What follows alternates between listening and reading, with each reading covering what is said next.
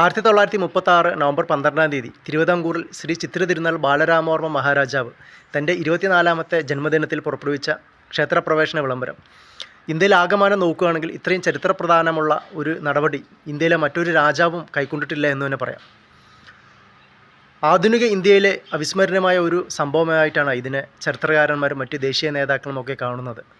ഹരിജനങ്ങൾക്ക് ക്ഷേത്രപ്രവേശനം അനുവദിച്ചിടത്തേക്ക് ഒരു തീർത്ഥയാത്ര എന്ന പേരിലായിരുന്നു അതിനുശേഷം ഗാന്ധിജി തിരുവിതാംകൂറിൽ സന്ദർശിച്ചത്. ഇന്ത്യയിലെ മറ്റു രാജാക്കന്മാരും തിരുവിതാംകൂറിലെ രാജാവിൻ്റെ മാതൃക പിന്തുടരണമെന്ന് അദ്ദേഹം തൻ്റെ അനുമോദന പ്രസംഗത്തിൽ സംസാരിച്ചിരുന്നു. ഇന്ത്യയിലെ നവയുഗത്തിൻ്റെ ഉദ്ഘാടനം എന്നാണ് ഈ ഒരു വിഷയത്തെ സർദാർ പട്ടേൽ വിശേഷിപ്പിച്ചത്. ശ്രീ ചിത്തിര തിരുനാൾ മഹാരാജാവിൻ്റെ ഈ ഒരു പ്രവൃത്തിയിൽ രാജ്യത്തുടനീളം അനുമോദന യോഗങ്ങൾ നടന്നു.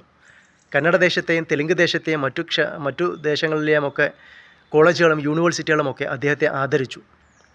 തിരുവിതാംകൂറിൻ്റെ മാതൃക പിന്തുടർന്ന് പിന്നീട് കൊച്ചി രാജാവും 1947 ഡിസംബർ 20 താഴ്ന്ന ജാതിക്കാർക്ക് വേണ്ടി ക്ഷേത്രങ്ങൾ തുറന്നു കൊടുത്തു. ടി പ്രകാശത്തിൻ്റെ നേതൃത്വത്തിലുള്ള മദ്രാസി സർക്കാരും 1947 ജൂൺ 12 ഗുരുവായൂർ ഉൾപ്പെടെയുള്ള സർക്കാരിൻ്റെ കീഴിലുള്ള എല്ലാ പൊതുക്ഷേത്രങ്ങളും എല്ലാ ഹിന്ദുക്കൾക്കുമായിട്ട് തുറന്നു കൊടുത്തു.